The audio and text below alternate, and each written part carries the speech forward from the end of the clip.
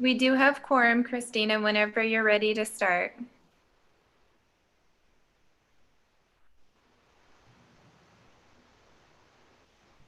Okay, great.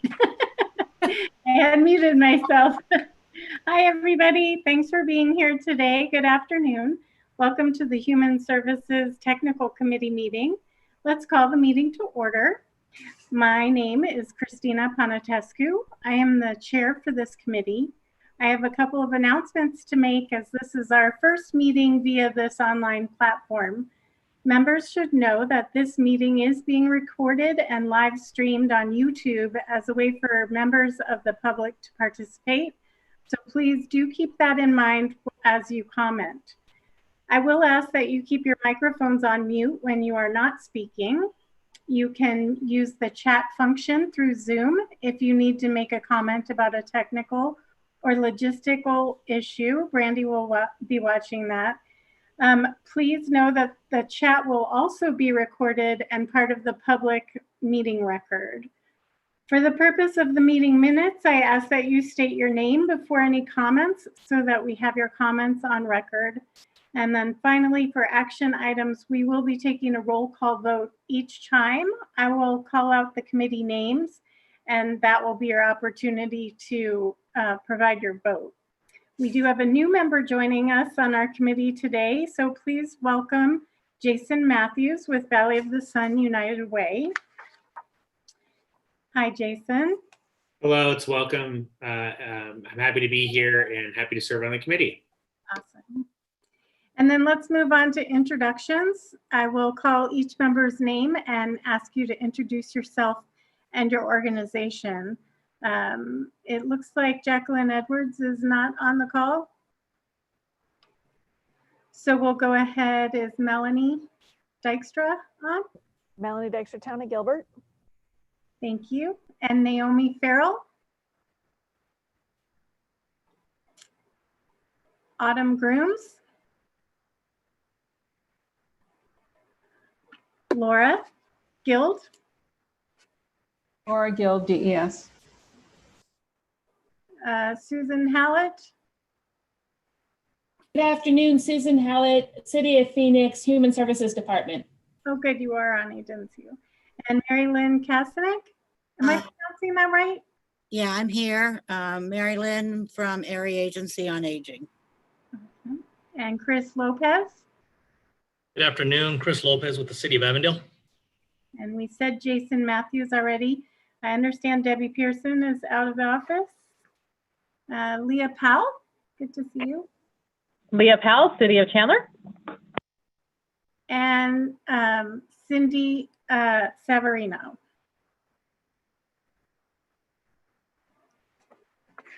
Okay, I'll now ask staff to introduce themselves. There's Brandy Mead. Hi, everybody. It's nice to see your faces. Tina Lopez. Hi, this is Tina from MAG. Hi, everybody. Marcy McMacken. Good afternoon, everyone. Marcy McMacken. I am the Community Outreach Planner for MAG. Nice to be here today.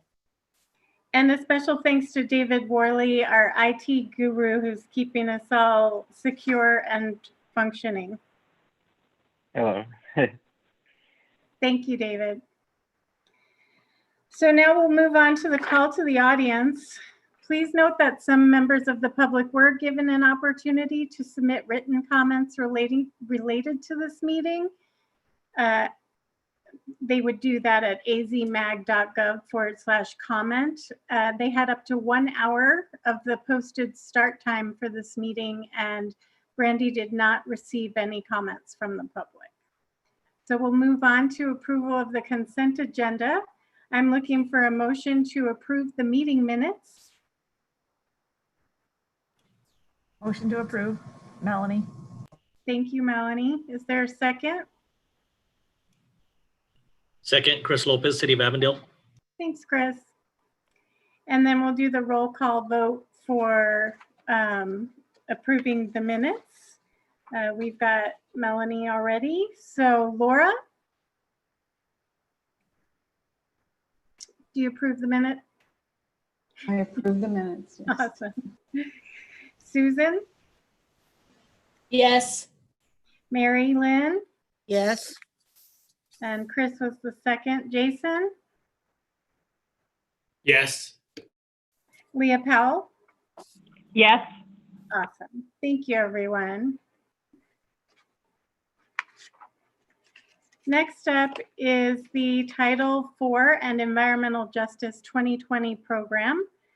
I would like to welcome Marcy McMacken, MAG staff, to provide an overview on the 2020 Title VI and Environmental Justice program.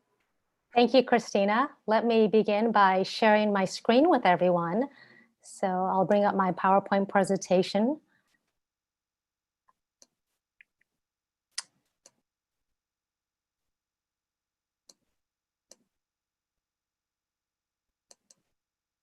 Can everyone see my PowerPoint presentation?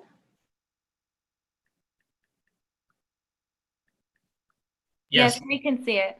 Okay, great, great. Okay, well, good afternoon, members of the Human Services Technical Committee. My name is Marcy McMacken. I am MAG's Community Outreach Planner and Title VI Coordinator, and it is my pleasure to present this item to you. Today, I will provide a brief update on MAG's Title VI Fiscal Year 2020 Justice Program Plan document. So each year, MAG updates its Title VI and Environmental Justice Program in order to comply with federal mandate that ensures all people have an equal voice in MAG's planning process and receive equal benefits from results of such planning. MAG's Fiscal Year 2021 Title VI and Environmental Justice Program Plan includes updated regional data maps such as the Minority Population Numbers Map and the Population with Income Low Poverty Level Map, to name a few. These data maps were updated using the latest available population numbers from the US Census Bureau and the American Community Survey's 5-year estimates numbers. Also, MAG's Title VI program responsibilities chart was updated with the addition of MAG Title VI liaison team names. An updated assurance form was added, as well as updated bus route map changes for Title VI communities for the period of 2020 to 2024. The last plan documented consisted of bus route map changes for the years 2018 to 2022.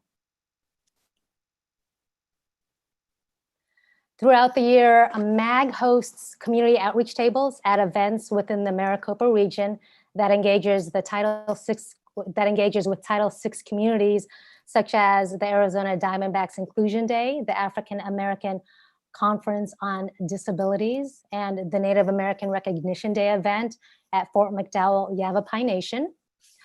When community members were asked about their perception of MAG through a community feedback survey, which is offered at community outreach events, 32% said they viewed MAG as an excellent organization, and 42% said they viewed MAG as a good organization.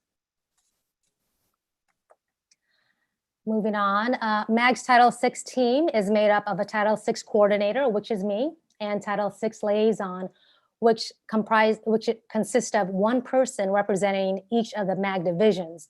So in total, we have 9 Title VI liaisons. The last MAG Title VI group meeting was scheduled for March 23rd, 2020, but due to COVID-19, conversations for updating fiscal year 2021 Title VI Environmental Justice Plan was conducted via email.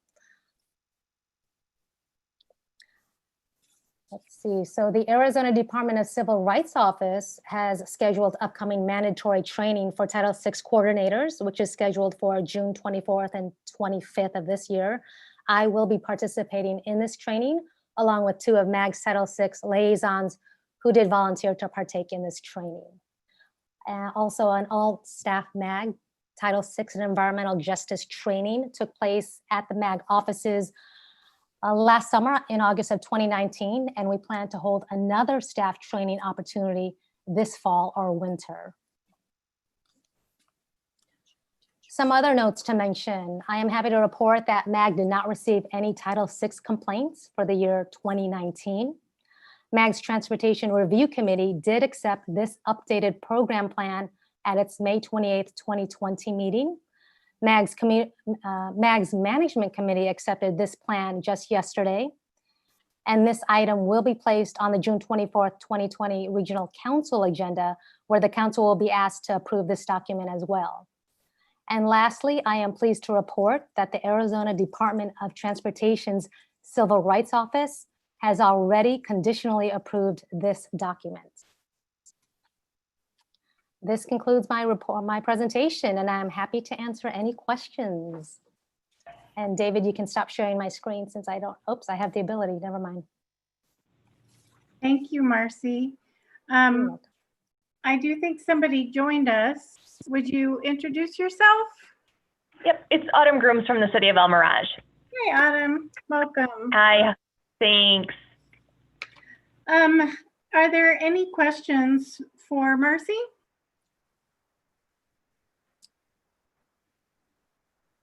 Okay, then I'm looking for a motion to recommend approval of the 2020 Title VI and Environmental Justice Program. Is there a motion? I will make a motion. Thank you, Mary Lynn. Plan. Is there a second? This is Jason. I'll second. Thank you, Jason. And then we'll do roll call. Melanie? Yes. Autumn? Yes. Laura? Yes. Susan? Yes. Chris?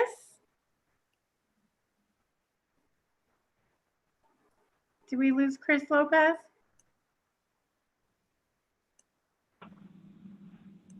Okay, and Jason? Oh, you made the second. Or yes.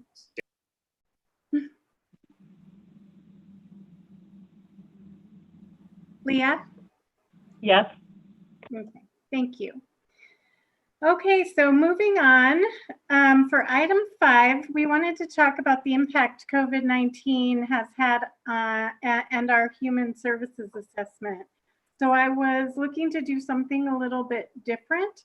I'm going to try to lead us through a facilitated discussion using a virtual sticky wall to collect some of your thoughts on the general impact of that the pandemic is having or is likely to have on how municipalities address human services. So I'm going to try to share my screen here. You may remember that we were going to try to do the work session or work group with all of the different assessments, but we can't meet with each other. So it got put off, and we don't currently, it made me start thinking, like, what is the current relevance of those assessments? And maybe it would be timely to take a step back and discuss the impact on our community and what we're observing. So I wanted to start sort of going around the Zoom, as Brandy shared that clever term with me, by hearing from each of you in a sentence or two how COVID has affected you personally or in your work and the actions that you've taken. And so, Melanie, if you're comfortable opening up and sharing a sentence or two about the impact of COVID, I'd appreciate it. Sure. So main thing is we went to telecommuting work within 24 hours of the order for the stay at home. Basically, our entire workforce did, about 1,200 employees, but that's been going really well. My next sentence would be is we received CARES funding and I'm in charge of that. So had to adapt on the fly to getting notices out for funding and contracts and everything else. So that was kind of a big shift. And on a personal note, my kid got sent home early from college, but it's actually been fun to be at home, and sometimes it's lended itself to opportunities for conversation because both my kids were stuck there, and especially during this time with some of the, the race issues, and that has had the opportunity to have some conversations that I don't think we would have had before. So, so lots of different changes. Thank you. Autumn? I guess I would just add, mine's quite similar. I guess just adding to the addition of the responsibility of coordinating the FEMA application and the submission of those claims for the city has been a new responsibility for me. And then going home so suddenly and adjusting to working at home and having a 13-year-old at home was unique, and having those questions posed throughout the day about magnets and whatever he was learning for the day was a personal challenge on top of some of the new work type things that were coming forward with FEMA. And then now we have the CARES Act and things like that we're trying to learn at the same time. Yeah. Laura?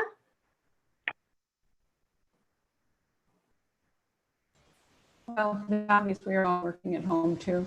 I think that in the area of domestic violence, there hasn't been any additional money that's come into the state that I would administer related to the pandemic. However, in other areas of my division, such as in the homeless with some HUD money, and also in aging, I think in the area of aging, which I really don't, Mary Lynn might be able to speak more specifically about that. I know some money's come in, but I just haven't had to deal with it.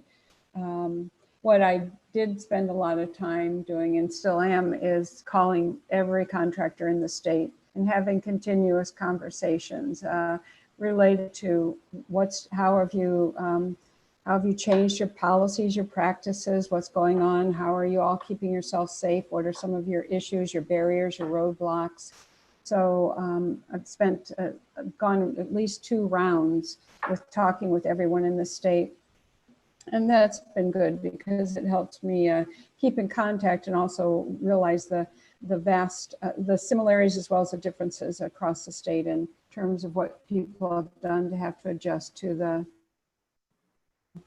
I think that's the most significant thing since we last met. Pretty significant. Thank you. Susan? Hi guys. Oh my gosh, where do I start? There's a ton of things going on related to COVID and just a lot of impacts. The city of Phoenix received $293 million in CARES Act funding and has been busy, distributing those across all of our departments. And for the Human Services Department in particular, we've been able to receive additional funds in the amount of $5 million to expand food assistance programs. So we're going to be contracting with St. Mary's, St. Benny's, the Food Bank Association, just a variety of different partners to be able to get more food and distribution out on the streets.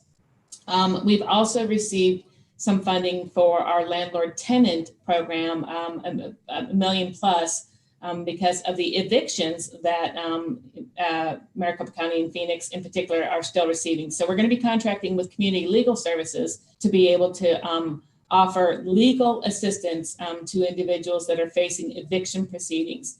This is a very serious problem in that less than 5% of those individuals are actually represented, whereas in most circumstances, landlords are represented. And so our tenants are always, at a disadvantage when they go into legal proceedings.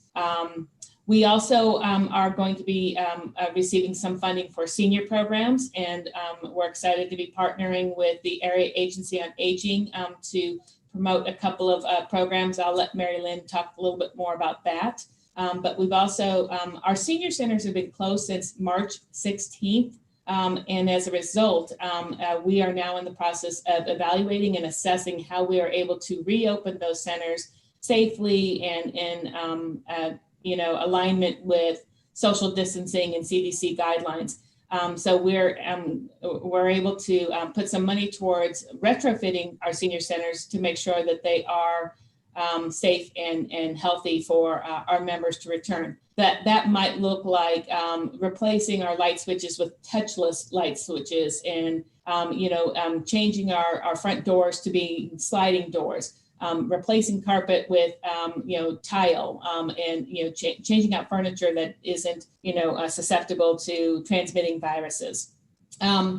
So we're very excited about all of those areas. Another area that we've been able to receive some funding from is the city dedicated $30 million to utility and rental assistance. And given the size of this funding, we were able to contract with the wildfire organization, who was going to be subcontracting with 9 to 10 different entities, the city of Phoenix being one of those, where we're going to be able to provide additional assistance, to individuals that are impacted by COVID for rental and utility assistance. Rental assistance is by far the biggest challenge that we're seeing with the families that are coming to our attention. And then the other thing that I wanted to just mention is our circumstances with COVID are, while on the one hand, the immediate relief that the governor's stay of evictions, resulted in, and the utility companies'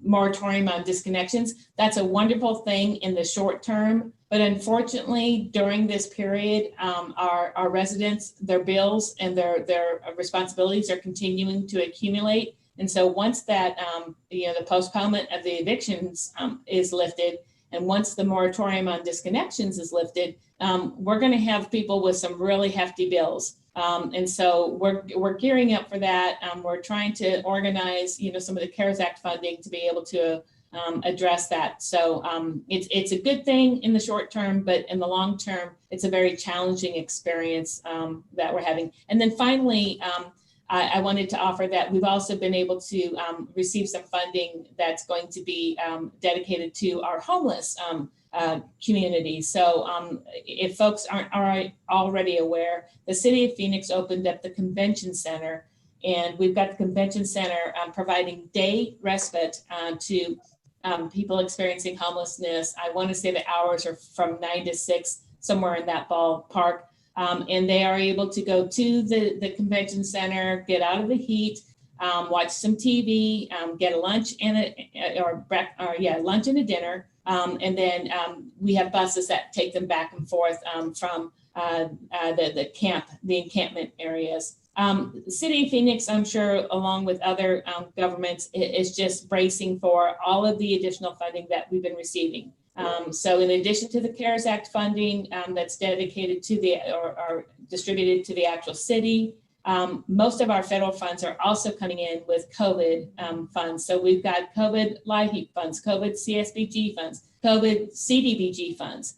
We recently just learned 2 days ago that the city of Phoenix is going to be receiving $19.1 million in ESG, Emergency Solutions Grant funding.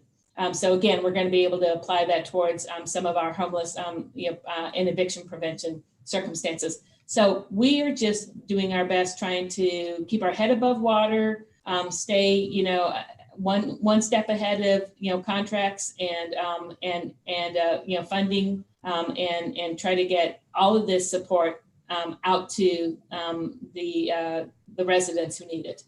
Thanks, Christina. Yeah, great. Thank you. Christina. Thank you very much. What about Mary Lynn? Okay, I have the story to tell. So the governor on March 17th, issued the stay-at-home orders and closed restaurants and so forth. So the very next day, on March 18th, someone posted on Facebook that the area agency could help elderly with grocery shopping. We're like, what? So while we normally get 250 calls a day to our 24-hour senior helpline, that day we got 1,200 calls. So one of the first things we did was pull staff from other programs to help with the calls. And so since March 18th, we have gotten 26,000 calls on our senior helpline, which is more than double what we would normally get in that same time period. So immediately we called St. Mary's Food Bank and started picking up food boxes from them. And so far we've picked up something like 1,800 food boxes from them. And so using community volunteers and AmeriCorps members, we have now distributed 2,056 food boxes or food bags.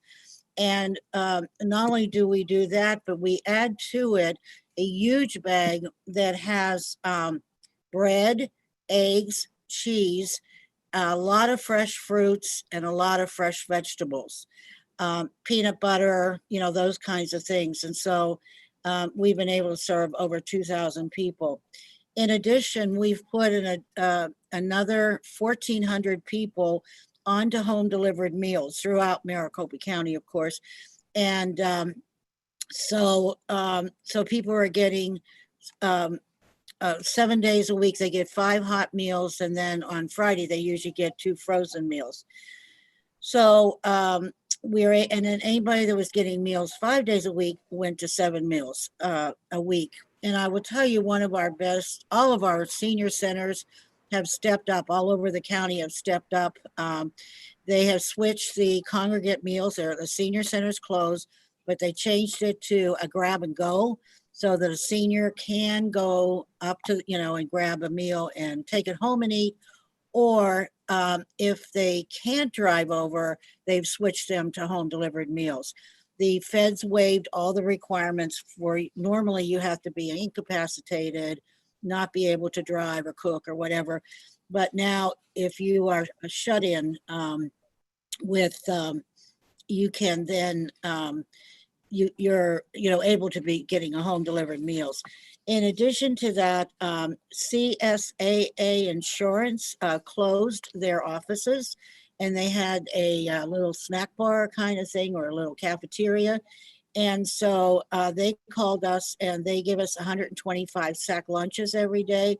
So we've gotten over 7,200 sack lunches from them that we take to the shut-in seniors. And then, as Susan mentioned, we're so excited because we got money from them, from the city council on Tuesday, to buy those other things, like like people need, they want bleach, they want cleaning supplies, they want paper towels, they want toilet paper, they want the pens, they want toothpaste.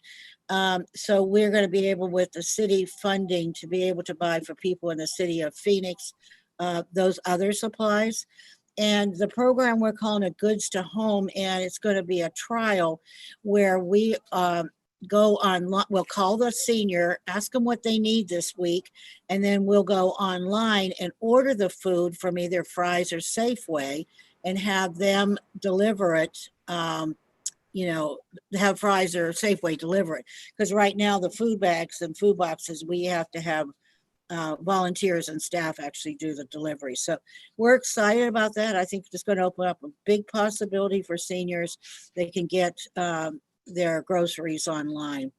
The other part of the funding from the city of Phoenix is for a program called Hi Neighbor, and that's to do telephone reassurance.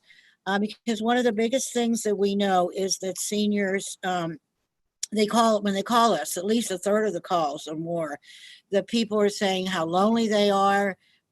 They can't get out. They can't go to church. They're scared to go to the grocery store. Their friends don't come see them anymore. Their grandkids don't come see them. And so they are extremely lonely and very frustrated. So we have started already countywide to do some telephone reassurance calls, which have been extremely successful. And so with the funding from the city, we're proposing, it's a little ambitious, but we're proposing to be able to do weekly telephone reassurance with about 2,000 City of Phoenix residents. So anyway, we've totally changed. Our conference room now is a food distribution room. We have some staff that alternate coming in one day a week. Most people, though, are working from home. So it's a whole different ballgame here. Yeah, sure is. Wow. Thank you. Good work. Chris? Good afternoon, everyone. Yeah, very similar experience in the city of Avondale as you all are going through. One of the things that I'd like to highlight is that really we had to take a look at our service delivery model across all of our divisions. Our libraries immediately went to a curbside service, which has been fantastic. We're one of the organizations that's out there doing the home delivered meals and switched to grab and go early in the process. And also launched our telephone wellness checks just to check in on those seniors. Along with the home delivered meals, we've actually, just goes to show how important these visits are. We had a couple rescues that happened towards the end of last month. One of our seniors had fallen. Fortunately, our driver arrived shortly after that, was able to make that call to public safety. Another senior had their vehicle running in the garage and was in the house and wasn't aware that their vehicle was running. So two rescues, and these aren't uncommon. These types of rescues happen pretty often, and just goes to show how important the home delivered meal program is, and these wellness checks, along with the phone calls, just for that social, emotional well-being. Phone lines are blowing up. From the get-go, people are scared, want to know what resources are out there and available. Our resource center really switched to, we kept our doors open for folks to walk in and kind of manage traffic at the door. But our phone lines were receiving large volumes of calls, and we still continue to. And then we continue to be committed to the heat relief efforts. So we've got that happening at two city sites, our Avondale Community Center, and also at the Care First Avondale Resource Center. Fortunately, we have some space, and we're able to set up seating with physical distancing and put other measures in place. And we have masks available for folks that need that heat relief shelter. My team did a fantastic job of mobilizing quickly and just being innovative and coming up with ways to continue getting these services out to folks. Awesome. Thank you. Thank you. Jason? Yeah, so it's been a whirlwind over at the Valley Sun United Way, just like everyone else. Personally, I combined all of that by also switching jobs and going back to United Way right at the beginning of this. And if anyone really wants to just have a lot of fun, go ahead and start a job in human services at the start of a global pandemic and historic recession. So all kidding aside, it's great to be back at the Valley Sun United Way in a new role. And part of that role is to help to to do the planning for a new impact framework for the Valley Sun United Way. We just completed a 10-year impact plan, which basically means I don't think we'll ever do a 10-year impact plan ever again. But we are, my focus areas on basic needs, so housing, homelessness, food security, financial stability, the whole gambit. And obviously with COVID starting, that puts the impact planning on the shelf, just because everything changed. And part of that change was the Valley Sun United Way rallied its corporate and individual donors to start an impact fund that's just went directly towards the COVID-19 pandemic. To date, we've raised about $2.8 million, and we've allocated about $1.4 million of that fund. And that's above and beyond about the $5.6 million that we've allocated for this fiscal year ending June 30th. It's been great to see the generosity from corporations and from individuals that are able to give. It's been wonderful to collaborate with the Arizona Community Foundation, who we aligned all of our granting. And we had weekly grant meetings and sharing notes and making sure that we are filling those needs and those gaps that we could see. I'm also proud that our average turnaround for a grant from an application to funding was 6 business days. And in that kind of space, we really wanted to make sure to help with some emergency needs and business continuity within the space. It's been also an amazing opportunity to look at some real-time data from agencies that are in the field, and that's everything from basic needs to also education, as they are innovating and just doing amazing work to help some historic high numbers or historic changes that they've ever seen. And these are all changes that have already been talked about already, and that everyone kind of knows. As we move forward, I think we are now starting to, with those remaining funds, and we've also layered some, I believe it's like 9 sessions of community impact listening sessions with advocates and mostly nonprofits around Maricopa County. We're using that data to fill in gaps, to see what areas have not been funded, what areas did not receive or did not receive a lot of federal assistance, and even getting to the granular level of like which nonprofits didn't get a PPP loan or those kinds of things, and seeing where we can be strategic to fill in some gaps, and also to inspire us for next year. And finally, thinking about next year, one thing that we were able to do with our board was we gave all of our funded partners that were receiving funds in fiscal year 20 a 3-month extension, which actually takes them to December 31 of this calendar year. We just want to make sure to give a little bit of business continuity for those existing funded partners. And it also gives us some more breathing space to do some planning for some new initiative work for funds that can go out to the beginning of January 2021. And so it's a lot, and it's a lot of fun. It's also important work, and it goes without saying, and I'm sure everyone's experiencing this too, but a lot of the recent events that have happened around George Floyd and around those individuals that were killed, those individuals, and a lot of how that has shifted in the philanthropy space, in the government space, around racial equity, around diversity and inclusion. A lot of those things have really ramped up on our sides. It's probably has ramped up on a lot of other people's sides as well.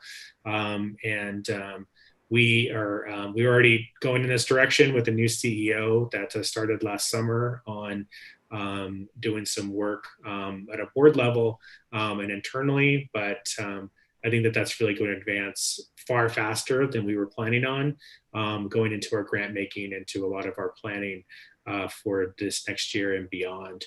And so, yeah, and other than that, it's really good to see some really familiar faces. It's good to see some folks as I return back to the technical committee. It feels like it's only been yesterday since I've been here. So anyway, it's just good to see everyone. Thank you. And Leah? Hi, yes. I think we have things similar to most everyone on the phone. We went to working remotely very quickly for most of the employees in my department. I had some that, because of their job functions, just were dispatched to a different area. But a lot of my staff went to working remotely. We did close our lobby to the public, which kind of helped us manage things a little bit better and actually become much more efficient at setting appointments and getting some of that work out. So I don't feel like the public has had anything negative from it. We've certainly kept everything going and did some things that we probably should have done a long time ago as far as putting some forms online and things like that. So that part of it was been good for efficiency. We also did well checks on our senior population in public housing in Section 8, as well as working with About Care and Neighbors Who Care, making calls to those residents that they're serving. And we did that in conjunction with our census, and actually it was our part-time census staff that was able to do that. So we checked on everyone, see if they needed anything, and then asked them if they had taken their census and reminded them to do that. We did food boxes and cleaning supplies and toilet paper to all of our seniors that are in public housing in Section 8. And then in the community, we had 3 stations, is actually churches across the community that had portable restrooms and hand washing stations for people who are experiencing homelessness, because a lot of them were using bathrooms in their parks or, here at our building and things like that. So since those were closed off to the public, we wanted to make sure we had some opportunities throughout the community. Chandler also received CDBG CV funding, about almost $850,000, and we went in 2 weeks. We went from getting input from our council, getting applications out, getting applications back, reviewed, and a recommendation back to council, and started our substantial amendment. So that was a pretty quick turnaround to get all of that done. And then now we're focusing on CARES money that came down from the state that's going to Chandler, and seeing what potential there is to use that for the nonprofit community. We did allocate our general fund nonprofit allocations. And with that, we also are trying to get input from all the nonprofits on how they're doing, what their needs are, and taking a look at especially things like PPE and cleaning supplies, and hoping to be able to do some supplementing through this additional funding that we're receiving. And, along those lines, one of the things that we did right away is, under our For Our City network, put together a web page that gave opportunities for people who wanted to donate or wanted to even volunteer to those organizations that were serving people who were homebound, and food boxes and things like that. So we quickly gathered the data from the nonprofits of what their needs were and any volunteer opportunities, and then made sure that was available to either someone who needed help or someone who wanted to assist. And so that's been great to be able to team that up all under the For Our City program and have it available on one site.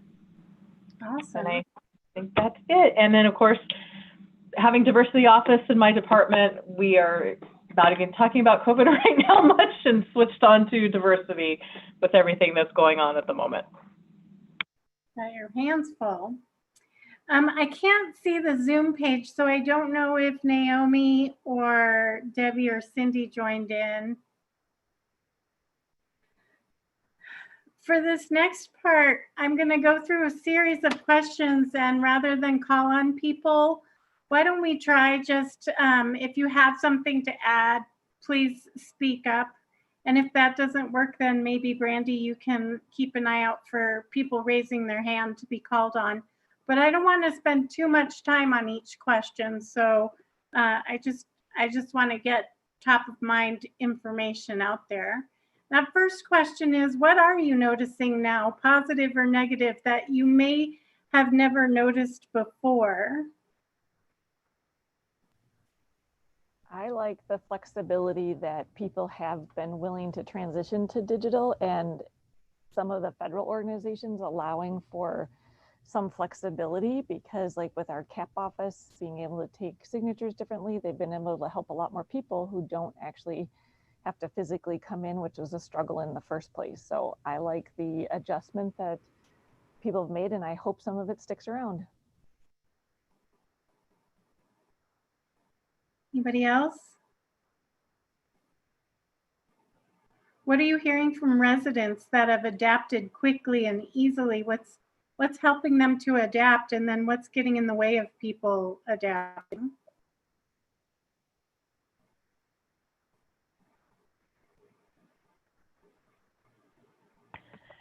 This is Leah. I do think for some of our residents that have a lack of access to technology, that has caused maybe some additional challenges. We went to an online scheduling system, but in addition to that, we made sure that people can call in for an appointment as well.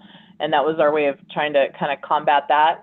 And then we added a Dropbox and paper forms at our back door so that for people who again didn't have that access to technology, we made sure there was an option for them. But I do imagine that has been a challenge. And I will tell you that we have heard from some of the people who are experiencing homelessness with libraries closing, that took away their access to computers. And that certainly has been something that's been voiced and a challenge.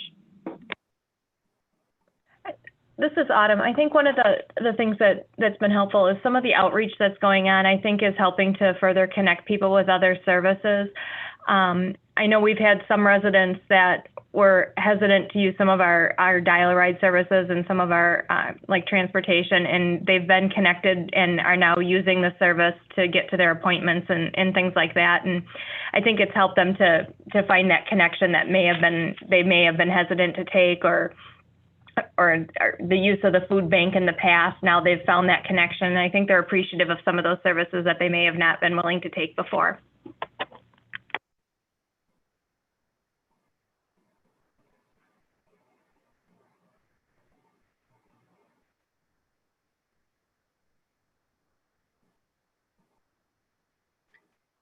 What about your staff? Are you hearing anything from your staff?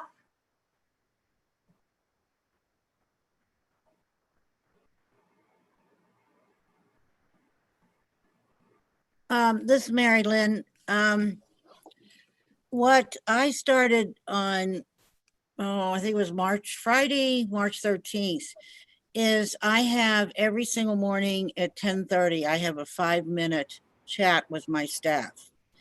And so I let them know what's going on, what's new. I give them the Arizona statistics.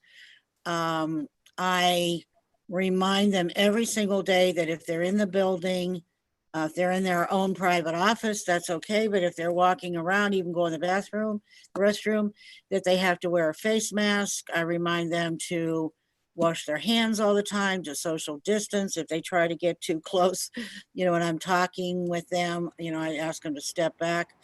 So, and I think, they really appreciate that. And I've also, every day I have a theme. Like today was a Thankful Thursday, and I gave anybody that wanted it a gratitude journal. Yesterday was National Egg Roll Day, so we had some egg rolls that they could come snack on. So I'm trying to keep up their spirits. I think the most frustrating thing for them is that we told them if they go out of town, or mostly they go out of state or out of country, they have to self-quarantine for 2 weeks. And so some of them are upset about that, but we're very strict because we've had several people whose family members tested positive, and we did have one staff whose mother and father went and got a haircut, both got COVID-19, and then she caught it from them. And so she's now recuperating at home, but that's the only thing that I think they're frustrated about. Otherwise, I think they're very appreciative on how we're trying to take care of them and got them laptops so they can work from home and so on and so forth.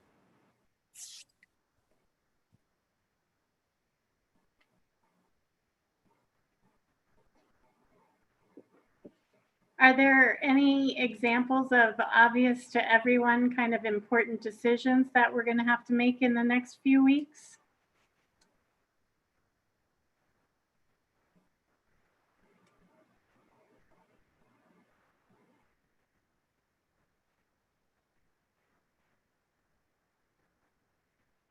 This is Leah. I guess one thing I can say is, you know, normally 2 weeks would seem like a very short time period, but the way that everything is changing, 2 weeks feels like it could be 2 months from now. I think it's the unknown is so great.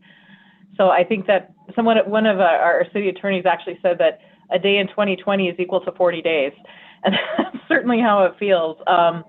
So I do think that in itself is the challenge of just really not knowing what it looks like 2 weeks from now, and reminding ourselves that it's okay to stay flexible and be adaptable, and learning how to make that our new norm. And this is Melanie. I think that's the realization that the stress doesn't go away. And because if you have a disaster or something that happens, a lot of times a hurricane, a tornado, you'll deal with it a day or two and then begin your recovery phase. And this doesn't have that same thing. So there's that not end in sight type of thing. So I think the mental health of people is very much something to be dealt with, both, you know, the residents, the employees, everybody, because there doesn't seem to be a normal.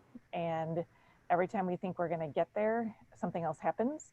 So I think that's really the piece that really has to stay in the forefront, as well as how you deal with the mental health of everybody.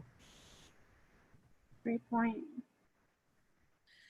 Yeah, you know, one of the things that I'm very impressed with is how all of our service providers really stepped up to, you know, new service delivery models, and how flexible they've been and how supportive. And as you heard, everyone that spoke today, is all of our providers, all of the cities doing telephone reassurance, looking after each other.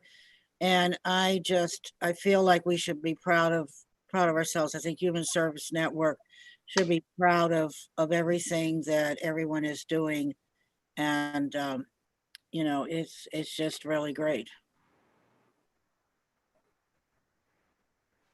When it comes to like still back on this one, when it comes to our community assessment, is there data that you think we need to be looking at that may or may not have been included in our community assessments? Has the data that's valuable changed?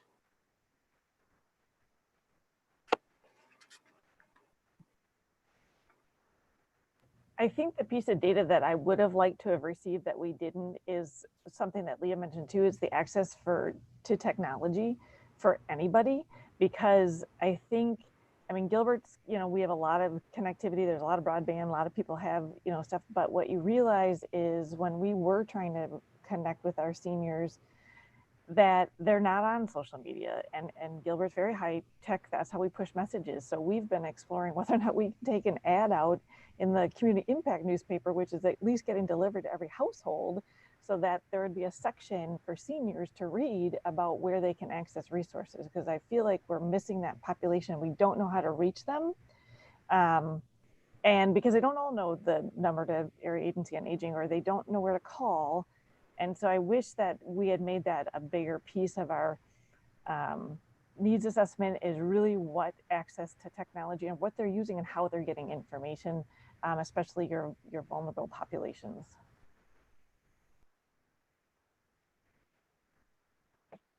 This is Leah. Another thing, I think that numbers are going to change for all of these programs that we fund. We look at, you know, we started to hear from programs when they were some of them starting to shut down, concerned that, oh, we're not going to make our units of service or numbers served because of this. But and certainly everybody's, you know, being adaptable and understands, and nobody's going to be in trouble because of it. But I think what's interesting is how it's going to change participation in the future, looking at things like homeless shelter, having to reduce numbers, which if it continues, then that's going to be, they need more shelter locations. Looking at things like youth programs, if they're trying to institute social distancing, they're not going to be able to serve the same number of youth that they did in the past. So again, is there a need for more programs because of numbers having to be reduced because of social distancing? Yeah. Well, and I want to tag on to what Melanie said about seniors and lack of technology. It's probably when COVID is over, or, you know, we can connect with each other again, is really work hard to try to get seniors up front, technologically savvy, because even if we could afford to buy them iPads or laptops or, you know, whatever, iPhones or any of those things, you know, we can't now because we can't go into their home to show them how to use it. So that's probably, I know Duet has been working on that. They used to get donated laptops and then they would take them to seniors and teach them how to use it. But I'm sure the impact was very small compared to the huge need out there. And so I would hope in the future we can work harder on that.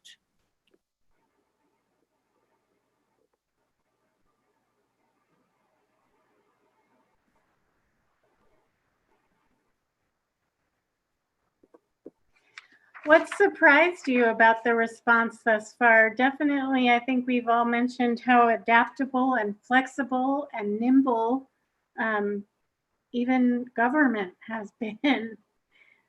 What else has surprised you about the response thus far?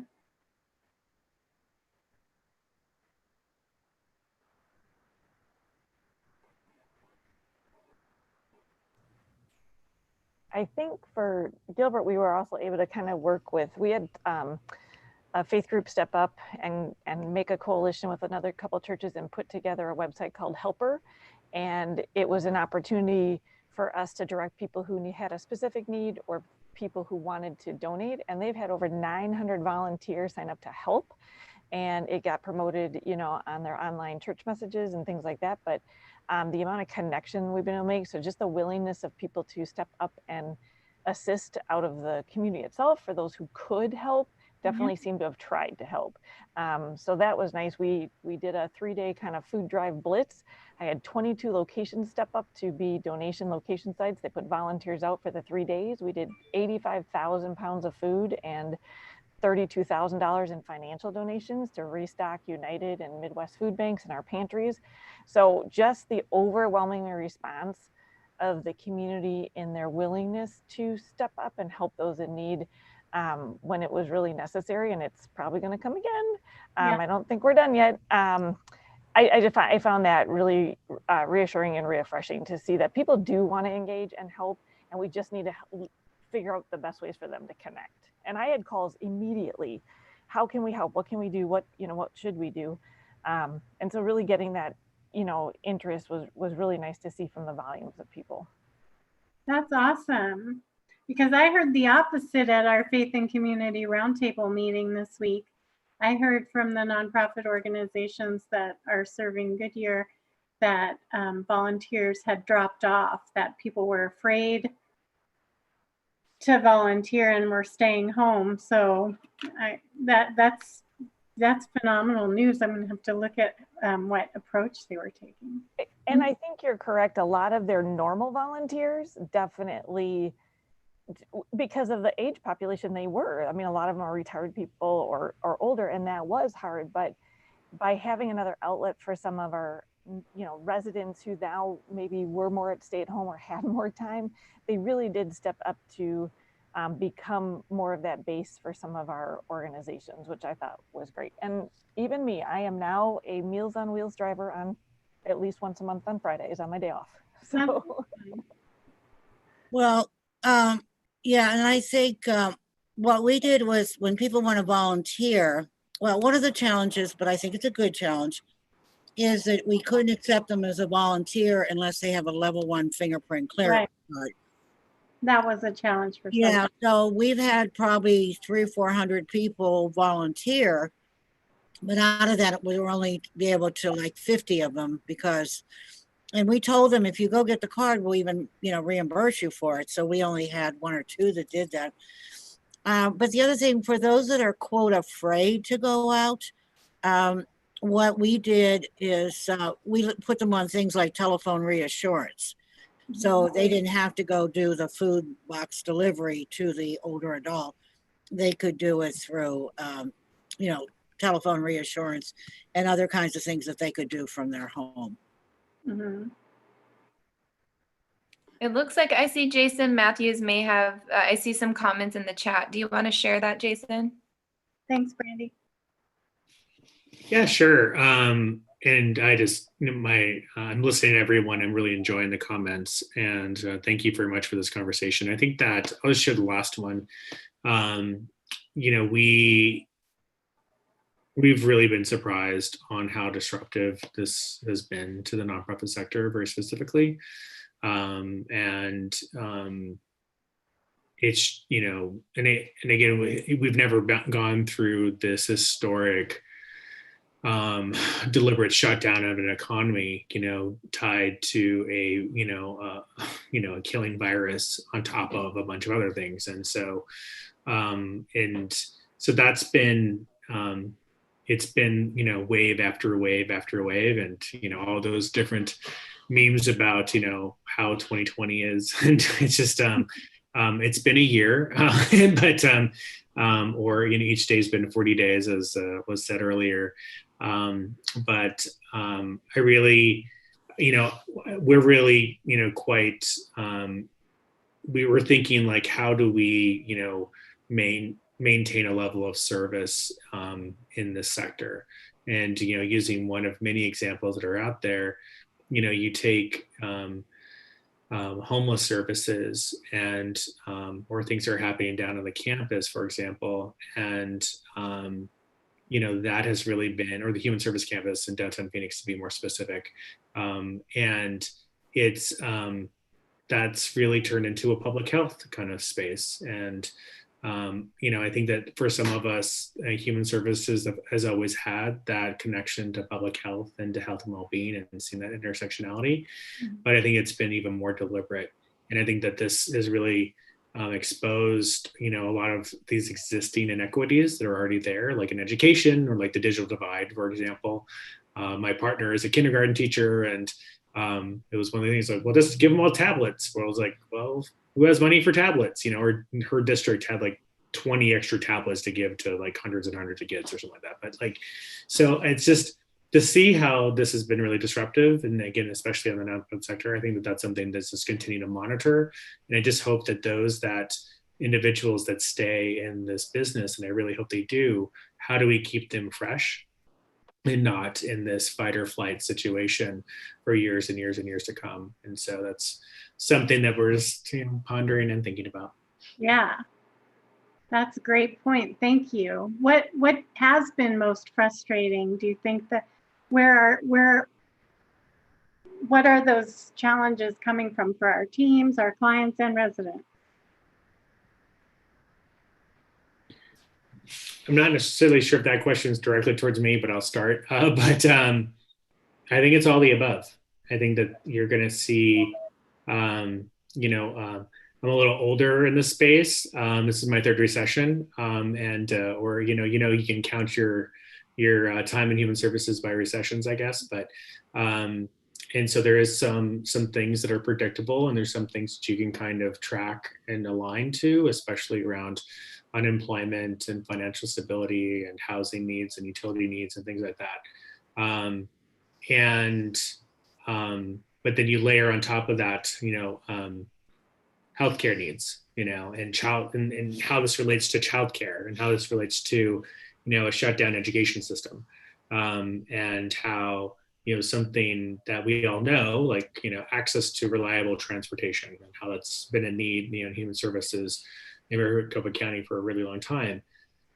How does that connect to where, if your child, this is something we have to even think about, in August. What if your child comes down with a fever next school year? Like, what does that mean now? Like, does that just mean you have the flu? Or does that mean that it's something else? And it could still be the flu, but it could also be something else. And so what's the protocol? And as is, working poor individual, have the ability to then quarantine with their child or provide emergency childcare for 14 days. Mm-hmm. That's different, and so that's just a different kind of space. And I know we're kind of working through that right now as we're reopening in the employment space. And so again, nonprofits are dealing with the same thing too. I mean, there's individuals that are on the front lines working on this thing. And even as we talked about going back to an office place, and I'm working from home, and our office is working from home, but some other services you just can't. I've worked in emergency food banks, and it's kind of hard to work from home at a food bank.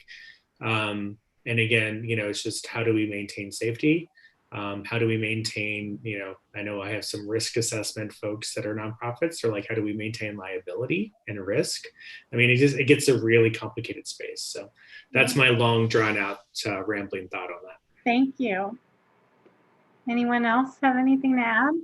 Frustrations?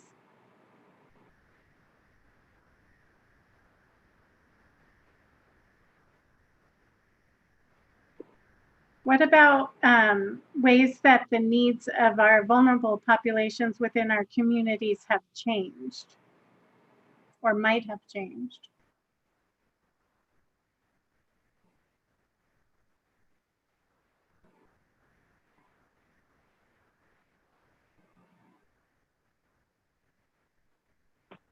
This is Leah. I think one of the biggest things is currently and will be even more a need for a greater amount of rental assistance that covers a longer period of time. It's not just rental assistance to get people by for a month.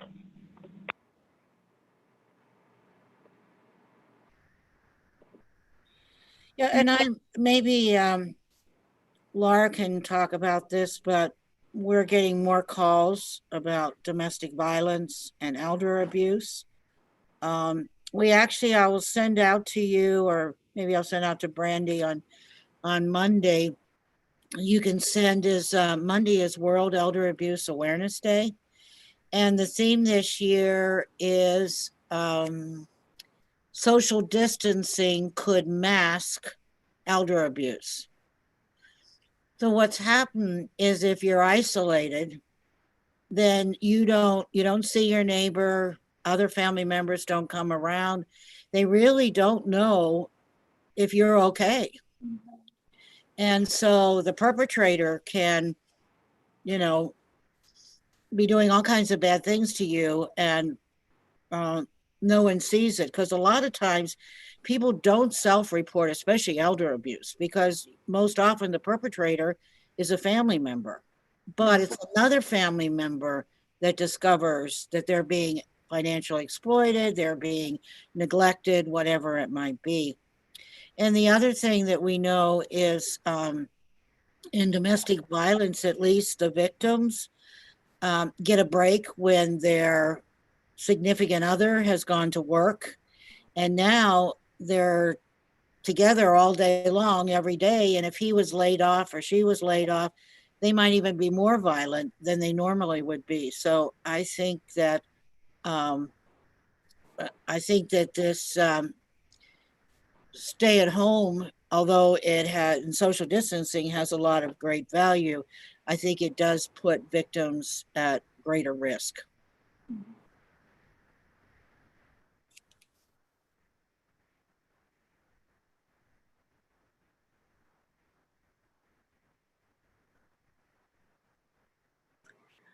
Well, what I'd like to do next is just take like 2 minutes. You could use the chat function, but to jot down your ideas if you don't have a scratch piece of paper there.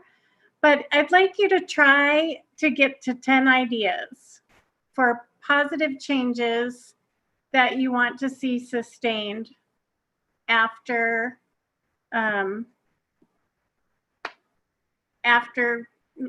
throughout and after COVID. So I'm just going to give everybody 2 minutes. If you could just try really hard to get to 10 ideas. 10 ideas each, or 10 as a group? 10 ideas each, so you don't have to share them yet, and then we'll report out. I'll ask you to pick your top 3, but I don't want you to stop at 3, because everybody will come up with the same 3 ideas. But if you get to 10, you're more likely to activate the creative part of your minds where you'll start to have original ideas. So try really hard to challenge yourself to get to 10 positive changes from COVID.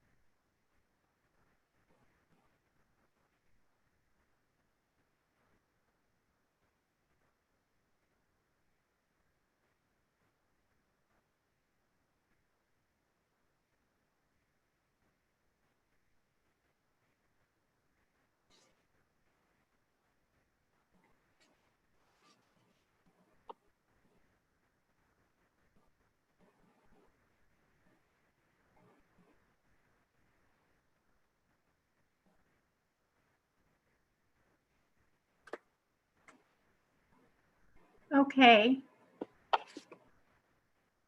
Oops, wrong way. So this is our giant sticky board for those of you who have done top facilitation. And Christina, we're not seeing your screen. Oh, you're not? Did I stop sharing it? Yeah, try sharing it again.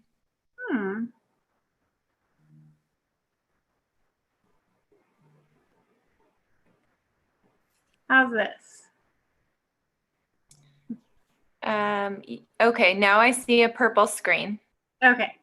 But we do see the, can you function F11? Yeah, it's not.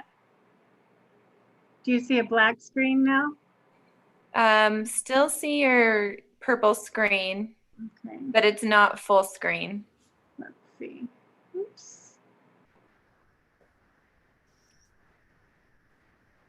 Okay.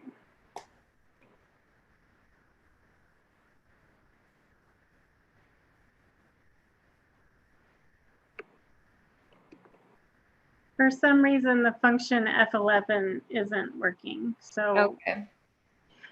What I'd like to do is, these are sticky notes, and I'm going to put them in bulk mode. I'd like you to asterisk your top 3 most you think are going to be most original ideas. And then I'll go ahead and call on people to facilitate, because I'm going to type your top 3, and we'll start from the bottom and work our way up this time. So Leah, what are your top 3 positive changes you hope stay? One thing I thought of is that this has brought people, I think, closer together in general, people that you maybe didn't have a relationship with or didn't work with closely, because we're all coming into this with the same parameters, all trying to figure out how do you navigate this new normal, how do you navigate this pandemic. So I think it's important that we continue the new relationships and working closely with those people that we have been brought together with during this. Mm-hmm. I do think that we have been able to identify new resources.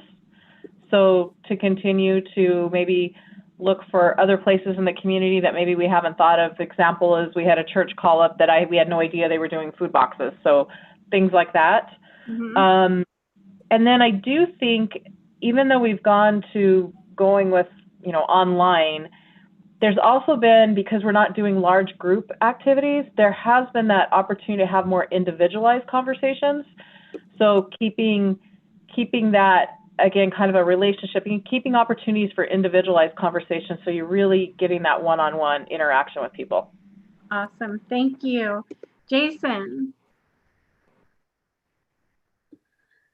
Yeah. Top I think three.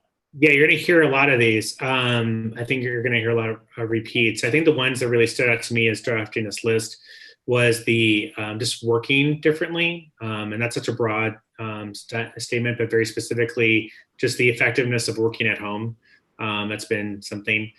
Second one is around collaborative problem solving. I think that it's just, there's been a focus that has really just encouraged collaborations. You know, just appreciating the little things, I think has really been important. And I think that, you know, this has really helped in that space. Awesome. Thanks. Chris, are you still there?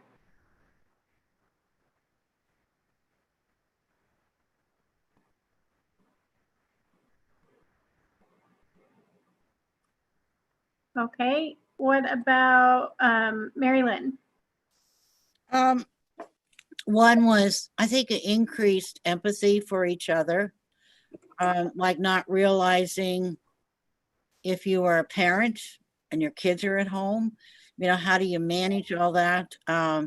Where normally they're off to school, you know, and so, you know, I know that, you know, parents are dealing with their own issues, but then they have to deal with, how do I take care of my child, teach them, and all of that kind of stuff. I think there's increased empathy for that. I think there's a lot of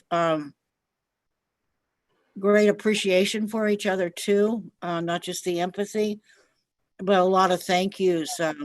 Everybody's sending everybody thank you and thank you for this and thank you for that. And then this one's a little bit funny, but I think is increased sanitary practices. Where some people have always, after they wash their hands in the bathroom, they've used their towel to open the door, but now I remind them to do that all the time, and we see people doing that. And we see people going to the hand sink to wash their hands and so forth. So I think it's going to be something that we will continue to do for a very long time, because even if we don't have COVID-19, we have flu and everything else. So I think people have really learned to improve their sanitary practices. Yeah, great. Thanks. Susan? I did get a note from Susan. She had to jump off to another meeting. Okay. Laura, your top three. Oh, you have to unmute. Let's see. All right, there it is. I There you couldn't go. see it anymore because of your screen change. Well, I just think that what we have found is that we can very quickly say, well, all the rules and regulations that were in place before, well, it doesn't matter now. You don't have to pay attention to that. So I think government has had an opportunity to learn that there can be a lot more flexibility in how they make decisions and use of funding that can take it down to the user level in terms of understanding what those needs are. So I hope that that is something that's continued in terms of how we can act and react to things in the future. And I think that understanding how it, especially in some of what some of you have shared, the kind of the resources you've been able to mobilize by community involvement, how can that be maintained in the future so that people are willing to assist in other ways to kind of equalize how we use resources in this country, that can be maintained also. That's it. Okay. Thank you. Autumn?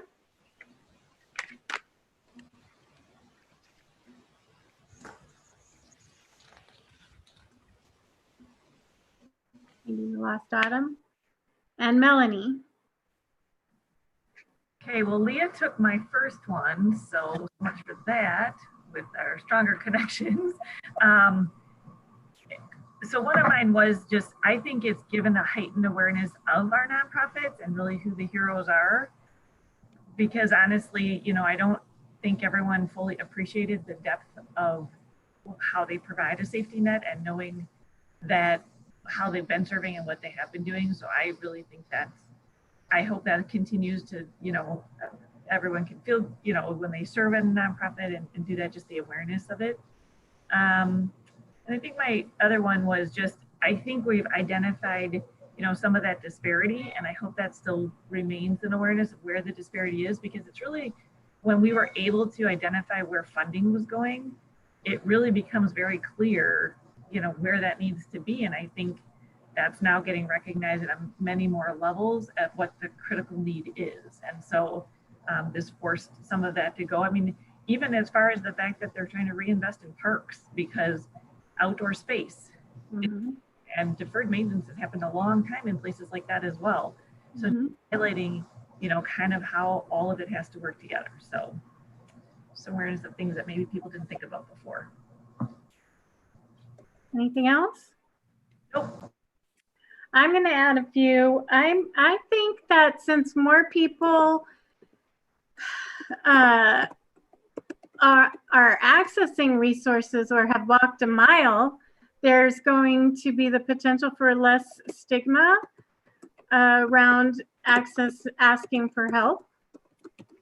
And also, I'm really anxious to see what happens to daytime population in suburbs like mine, Goodyear, because if more people are able to continue telecommuting, but we're able to go out to lunch, I think that will be useful for our daytime population.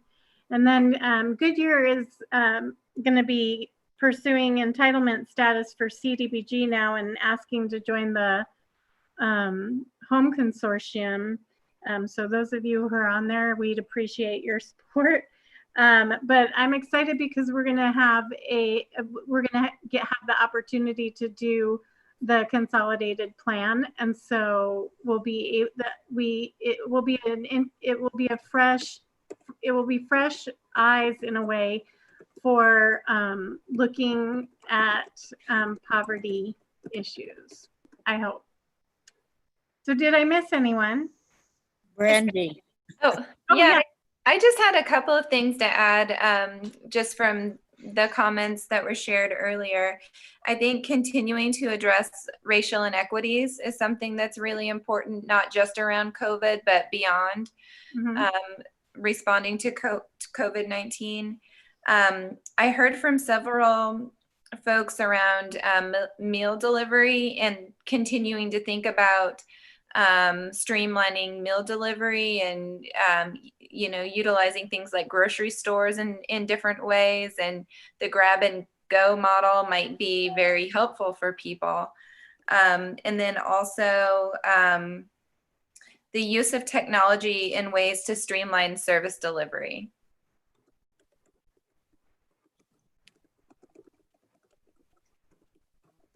And I think everything else has already been said.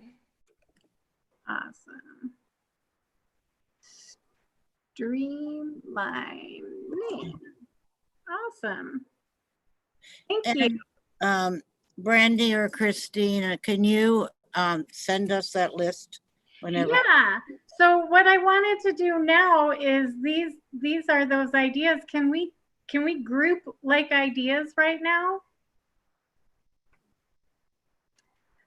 So we have continue new relationship.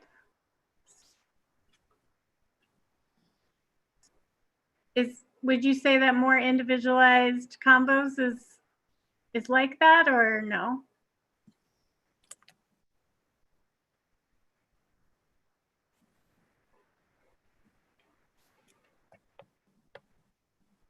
No? Are these all unique ideas?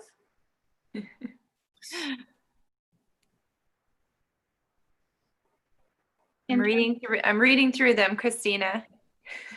Oh, sorry. In terms of, we're looking for themes here.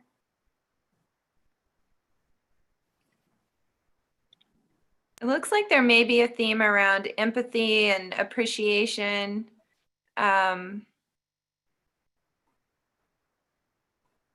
Appreciating little things.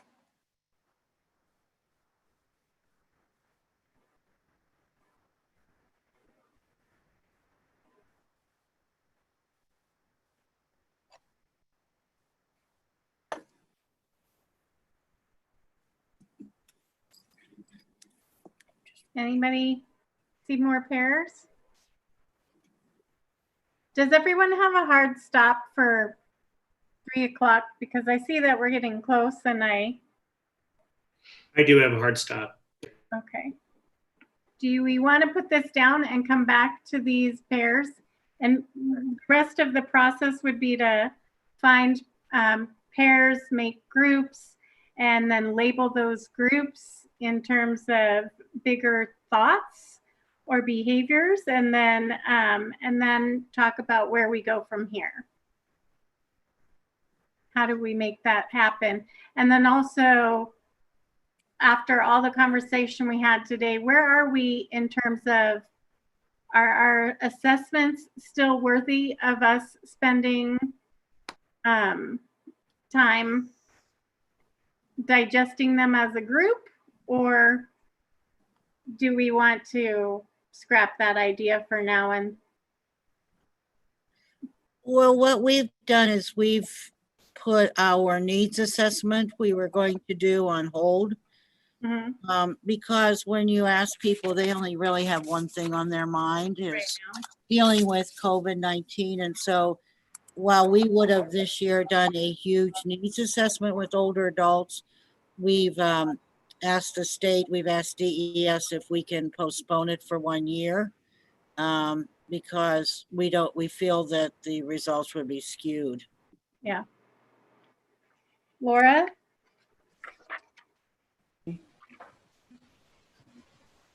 Yeah.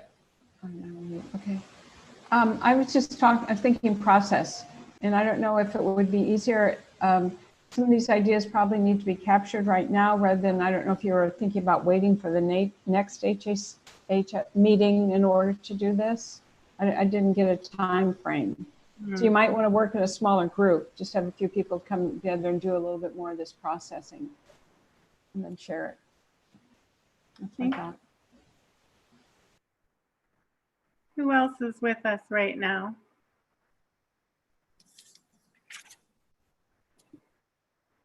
This is Jason. I'm definitely with you guys, and I think that I like the idea of a smaller group only because that might go a little faster, and then maybe taking the results from the smaller group to the next meeting.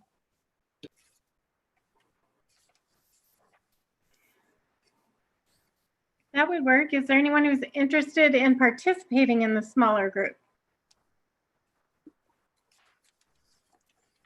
This is Jason. I can give like a good 30, 60 minutes of that. That'd be fun. Awesome.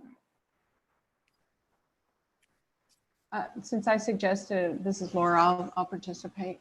Thank you. And I apologize. Somebody walked in my space and I missed what the original, what we're talking about. What's the small group? I'm so sorry. That's okay. Do you want to restate it, Laura? I was just suggesting, due to time, if we really want to take time with this, to just have a smaller group come together to sort of do the continued processing of the ideas and grouping, and then that could be presented to the larger group. Gotcha. So are you interested in participating in that, Melanie or Leah? Sure, I can. Okay, thanks, Melanie. I think for me, this is Leah, it's really going to depend on the timing. So okay. If you don't mind including me on the notices of it, and then I'll see what I can do. Sounds good. I feel like since we have some people who have committed to being willing to participate, we can schedule something that works with them. Brandy, if you can help get that scheduled. Yes. And then we can put the invite out to whoever is able to join us, knowing that we're not expecting the full group. That sounds good. I will do that. Thank you. And thank you all for being guinea pigs and trying this new format with us all. And we're all continuing to try to adapt. Is there anything for the lightning round? We all shared quite a bit already. I think I'd like to go ahead and skip that section for now to move towards closing out the meeting, unless anybody had something that they needed to add. Are there any requests for future agenda items?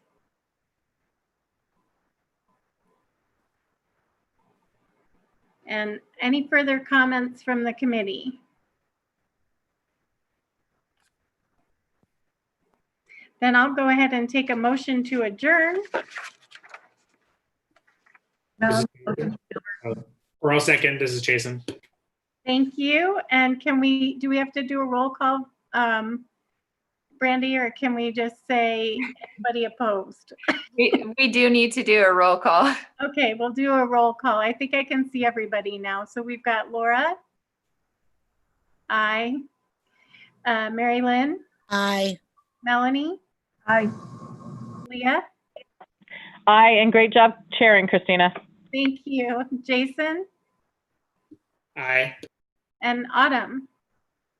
I think that was Autumn. I think Autumn has dropped off. I think that was Tina that's calling in on the phone. I think you have everyone. Okay. Leah. I don't know if Leah is still on. No, we got Leah. Okay. Yep. Okay, then with that, this meeting is adjourned. And again, thank you to David and Brandy for being so flexible and adaptable and making this happen for us. Thank you both very much. And thank you, Tina. Thank you all. Christina, thank you for doing this, and everyone for all of your hard work. Thank you. Have a great. You did a great job, Christina. Thank you.